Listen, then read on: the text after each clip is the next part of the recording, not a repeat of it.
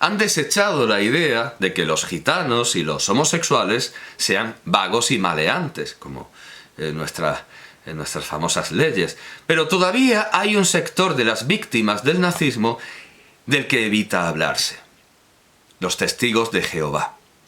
Aunque Gustavo Bueno también tiene alguna anécdota con los testigos de Jehová, dentro de sus enemigos, quienes más asumen la morfología de una secta rigurosa que se opone al progreso científico, son los que se empeñan en resucitar lenguas literariamente muertas, un enemigo compartido con Unamuno. Además, les achaca, y con razón, un racismo semejante al de José Antonio, porque muchos de estos individuos son celtistas, añoran una sangre celta o no sé qué inventos, cuando lo que hablan son lenguas románicas derivadas del latín.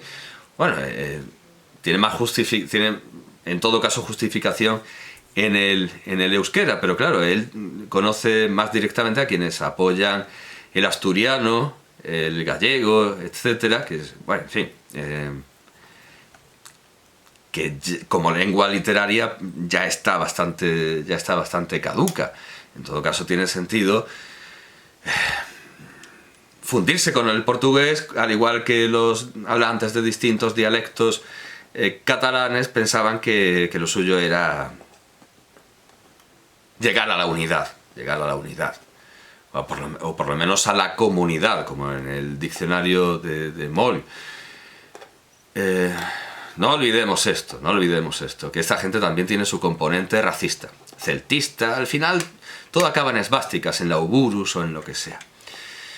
Sin embargo, sostengo que ni siquiera un individuo que se llame Bryce o Aquetza o Sánchez con TX o acento grave, y que en lugar de querer resucitar su lengua erigiendo con ella un monumento literario, es loable el empeño de Ngoge Wa Tion al escribir sus obras en Kikuyu, para luego traducirlas inmediatamente al inglés, lo haga quejándose de que no le hablan en un idioma que él mismo está estudiando, o exigiendo que los médicos lo conozcan, este idioma que él no conoce, con más perfección que él para sacar plaza.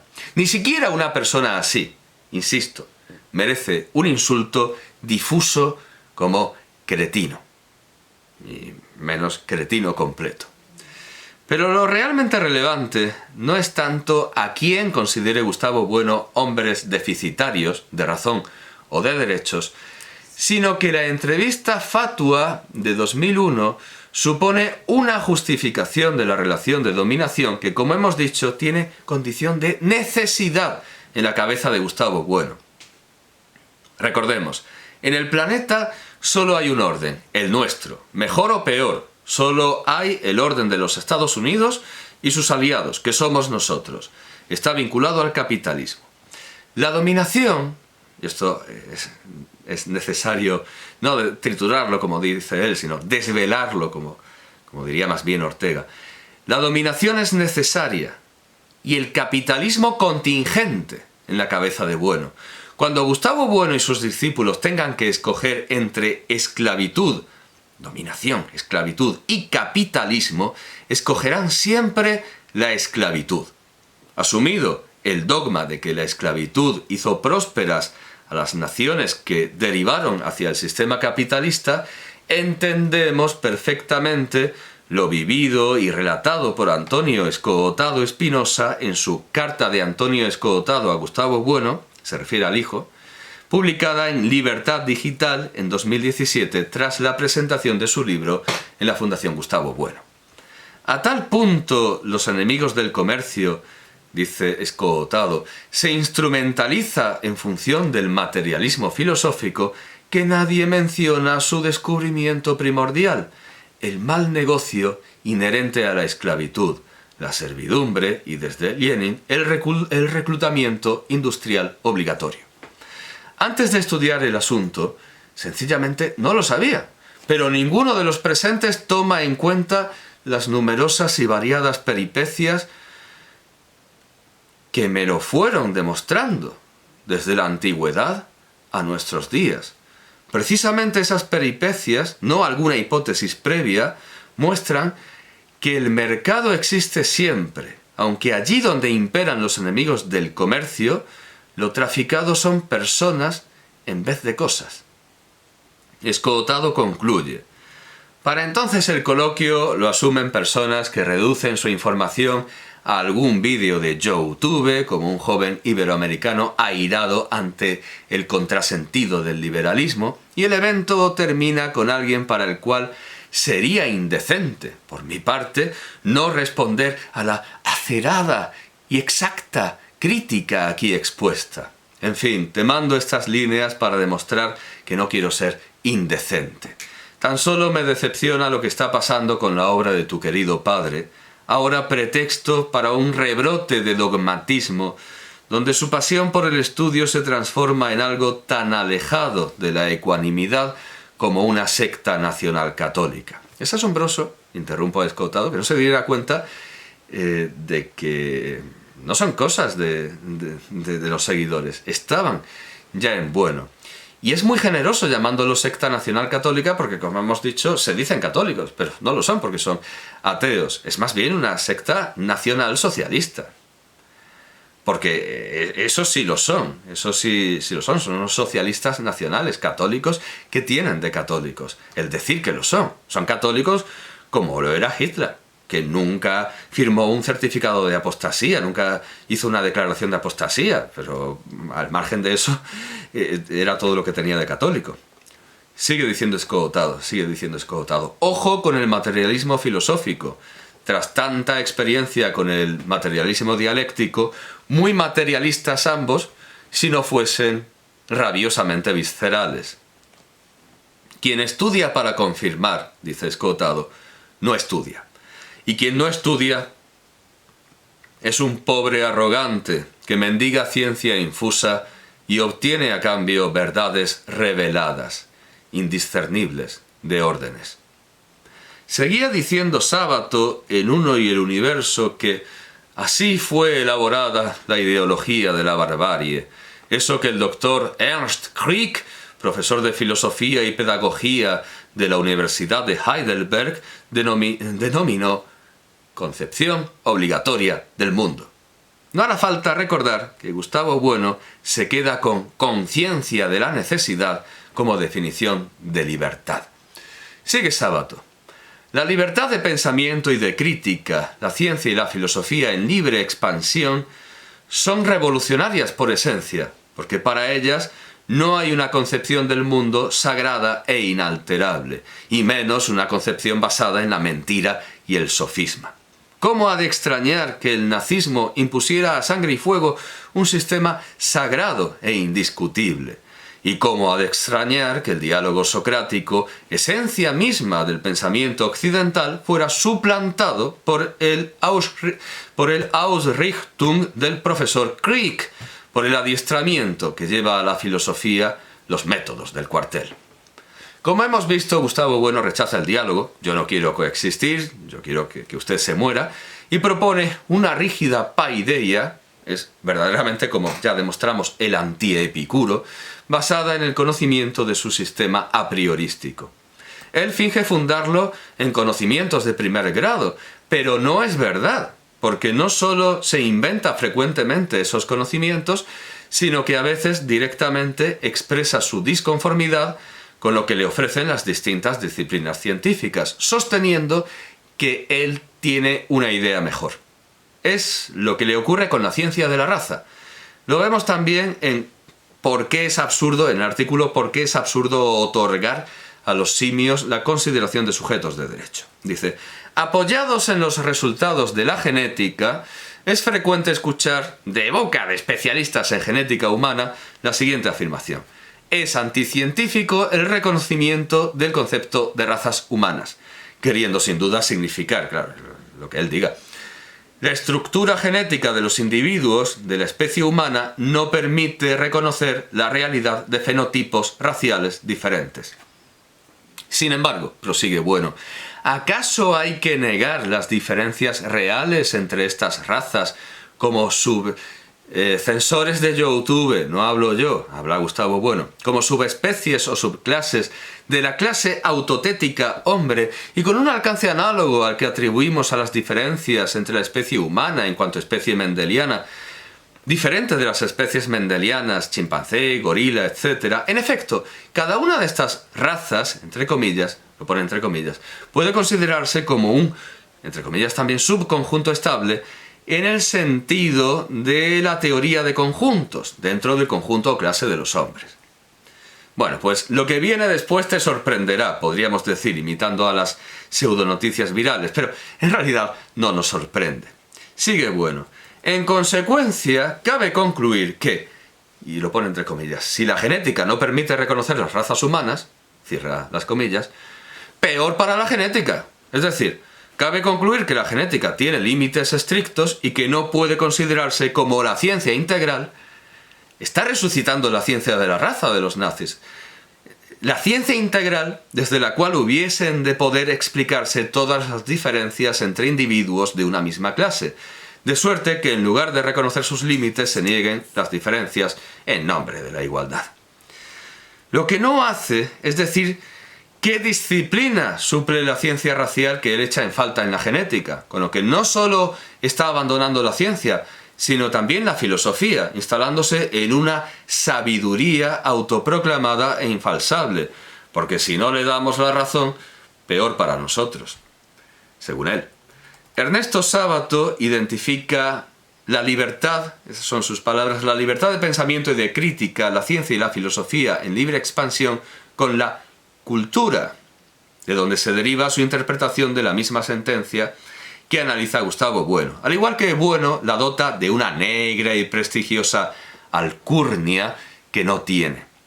Dice erróneamente, ya sabemos, el mariscal Göring, ahora es Göring, para Gustavo Bueno era la frase de Goebbels. Bueno, el mariscal Göring, que tampoco, dijo alguna vez esta frase que pasará a la historia. Cuando oigo la palabra cultura, saco el revólver. Se podrá decir lo que se quiera contra este aforismo, dice Sábato, pero no se le puede negar una concisión clásica y una notable consecuencia. Cuanto más repugnante nos resultan aquellos, será una errata, cuanto más repugnantes nos resultan aquellos que justificaron esa abominación de la cultura mediante productos culturales. Será bueno recordar los nombres de los que cometieron esta especie de parricidio. Ernst Krieg, profesor de Filosofía y Pedagogía de la Universidad de Berlín. Karl Lagerfeld, profesor de Derecho. El doctor y profesor Müller von der Bruck. Y en fin, el increíble, el insuperable profesor de Filosofía de la Cultura de la Universidad de Marburgo, el doctor E.H., una inicial errónea, Jensch, que exclamó en uno de sus trabajos: es lamentable que nosotros, los profesores, no hayamos podido tomar parte en las refriegas en que, antes de la toma del poder, los muchachos pardos abrían con sus vasos de cerveza las cabezas de los socialistas, demócratas y judíos. Es lamentable que nosotros los profesores no hayamos podido tomar parte en las refriegas en que antes de la toma del poder los muchachos pardos, como los chavales de Alsasua, abrían con sus vasos de cerveza las cabezas de los socialistas, demócratas y judíos. Estas refriegas son lo único que les falta a los Gustavo Buenistas para parecerse a los otros socialistas nacionales de nuestra maltratada nación, es decir, los abertzales, los chavales de Alsasua y los neonazis. He visto a muchos a muchos espectadores y bueno, gente asombrada, ciudadanos perplejos, viandantes, que a los Gustavo Buenistas los critican por su matonismo. Son desde luego muy dados a amenazar. A mí, por ejemplo, con la cuneta, y según me han observado estos días, porque a mí se me había olvidado, con ahorcarme. Ignoro si diversificarán sus servicios o se limitarán a pasar directamente por el ancho camino real que es ofrecer una filosofía de la barbarie para ser llevada a cabo por algún tipo de brazo secular. Creo que esta última es la única forma viable que hemos de temer y luchar por evitar, ya que su exaltación de la violencia y del militarismo se resuelve siempre en insultar detrás de un seudónimo y en bravatas como mataría a Letarra Barrios con mis propias manos, pero es que he vendido la pistola. Y si alguna vez llegara realmente una agarradiella, en el artículo de Libertad Digital Variaciones Regionales de 2007, a mando de Miguel dice: Pedro Martínez me cuenta los esfuerzos de los bablistas para traducir muchos términos a la entrañable lengua asturiana. Así, la Primera Guerra Mundial es la primera agarradiella mundial. Entendemos que sería esta pelea con buenistas como la pelea entre físicos cuya hipótesis formula el personaje de Johnny Galetsky en The Big Bang Theory, como marionetas pegándose o como gallinas enfadadas. Nada que pueda derivar en algo mínimamente parecido al tiroteo de Rostov del Don de 2013, provocado por una discusión entre dos hombres acerca de cuál de los dos era más kantiano. Sobre Erich Rudolf, no es una H, es una R, Erich Rudolf Jentsch dice esto sábado. Como hemos visto, tropieza con muchos saberes de primer grado, como las iniciales. Este teórico del cachiporrazo perpetró un monumental estudio tipológico, el antitipo. El antitipo es el hombre de la clase S, el hombre débil, desorientado, el hombre blandengue, que diría el Fari. El hombre débil, desorientado, corrompido y disolvente. Es el execrable producto de la mezcla de razas, de la masonería, del judaísmo y del asfalto. Este producto debe ser aniquilado sin piedad por el tipo J, el superhombre nazi, aurora y ejecución de una nueva humanidad cuyas notables virtudes no deben extrañar, pues resultan de la suma de los subtipos J sub 2, esta clasificación parece del materialismo filosófico, J sub 2 y J sub 3. La lucha debe ser particularmente implacable contra el S sub 2, el subtipo más pernicioso y degenerado, pues suma a las calamidades del S el entendimiento y la razón. A partir de aquí tenemos un curioso problema. Según el criterio de la asimilación de lo que Gustavo Bueno considera civilización, Gustavo Bueno exige que se considere la existencia del protohombre, hombre inferior o salvaje. Es que alguien dirá, has usado ahí un hombre de paja, has dicho que... Porque esta gente es tan maleducada que tutea. Has dicho que Gustavo Bueno, pero Gustavo Bueno nunca ha hablado de hombre inferior. Anda que no. Habla de protohombre, de hombre inferior y salvaje, lo que quieran escoger. Y esto lo vemos en Sobre la verdad de las religiones y asuntos involucrados, de 2005, que se presenta con este párrafo. El autor de El animal divino expone aquí su juicio tras 2 años de debate sobre la verdad de las religiones primarias y otros asuntos involucrados en ella. Bien, pues esos 2 años que podía haber dedicado a pensar cuidadosamente en lo que iba a decir, se resolvieron en esto, en este texto. El proceso de inversión no es lineal, sino multilineal, y por tanto requiere lapsos seculares de tiempo, aun manteniéndonos dentro, por ejemplo, del llamado esquema evolutivo multirregional que Milford Volpov propuso en 1990. Y esto significa, sobre todo, que los cambios puntuales solo alcanzan significado en el contexto de la inversión antropológica por sus efectos futuros, por su dimensión potencial, medida, por ejemplo, por su capacidad de composición con otros cambios también potenciales. Bien, pues hasta aquí lo que podríamos considerar conocimientos de primer grado, antropológicos, actualizados hasta 1990. Y ahora vendría la elaboración de segundo grado, con una supuesta cuña de conocimiento de primer grado sin ninguna referencia ni autoridad más que la del propio Gustavo Bueno. Dice, de donde habrá que deducir que los hombres que... Habrá que deducir, claro, él lo dice. Habrá que deducir que los hombres que están experimentando este cambio solo son hombres potencialmente y no en acto.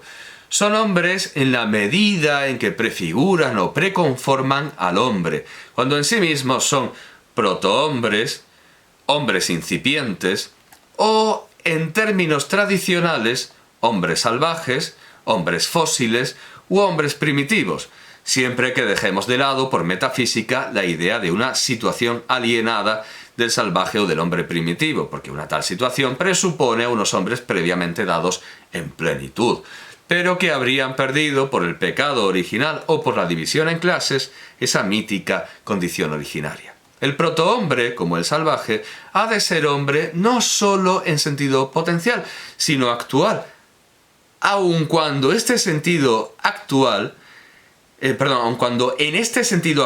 el protohombre o el salvaje se nos presente como un hombre inferior, no en términos absolutos, sino por la relación de dominación. Se está aplicando la justificación de Aristóteles para la esclavitud. No en términos absolutos, sino por la relación de dominación que sobre él tiene el adulto civilizado. Es cierto que el humanismo implícito en el relativismo cultural radical, que inspira, por ejemplo, la Declaración Universal de Derechos Humanos, tiende a borrar el concepto de protohombre, hombre, con lo útil que era, ¿verdad? Con lo bien que nos iba, con lo bien que estaba. O el de hombre inferior. Cuidado la ONU, las cosas que tiene, que no podamos usar, no podemos llamar a alguien hombre inferior. Salvaje es quien llama a otro salvaje, decía Lévi-Strauss. Pero esto llevaría a concluir, ahora viene esto es una tontería, esto es una hematología, esto es una estupidez. Pero esto llevaría a concluir que no hay nada intermedio entre los primates y los hombres, condición que es incompatible con los resultados de la primatología y de la antropología paleontológica. No es fácil aceptar que cualquier individuo si quieren que los tomemos en serio, no es fácil aceptar que cualquier individuo del grupo antropomórfico de la Nueva Guinea, que hace 60 años practicaba rituales todavía más repugnantes que los del vudú actual, hubiese de ser considerado. Censores de YouTube, habla Gustavo Bueno, que es un hombre que está ya mayor y que tiene unos discípulos que no tienen la excusa de la edad. O sea, no tienen ninguna excusa en realidad para hacer palmas a semejante bazofia. No es fácil aceptar que cualquier individuo del grupo antropomórfico de la Nueva Guinea que hace 60 años practicaba rituales todavía más repugnantes que los del vudú actual hubiese de ser considerado no ya solo como persona, según los convenios de la ONU, sino incluso como plenamente humano en virtud de los principios del humanismo relativista. Pero que no sea plenamente humano no quiere decir que sea uno. Sí, ya nos hemos leído la política de Aristóteles, tranquilo, ya sabemos que son hombres, pero son hombres inferiores. Gracias por tratarnos como idiotas. No quiere decir que sea un homínida, una especie de orangután, de chimpancé o de pitecántropo. Sencillamente es hombre no solo potencialmente. Los aborígenes de Nueva Guinea pudieron integrarse en la civilización, sino también actualmente, pero a título incipiente, de acuerdo con los criterios de hominización que utilicemos, como pueden serlo las relaciones de parentesco elemental o la fabricación de armas. Al establecer la diferencia, la realidad meramente verbal según su sistema entre un simio y lo que él llama, maldita sea, lo que él llama un hombre inferior, intenta distanciarse de la postura nazi expuesta en ¿Por qué es absurdo otorgar a los simios la consideración de sujetos de derecho de 2006? Aunque su diferenciación terminológica viene a ser como la que plantea entre eutanasia procesal o pena de muerte, que al final eran lo mismo.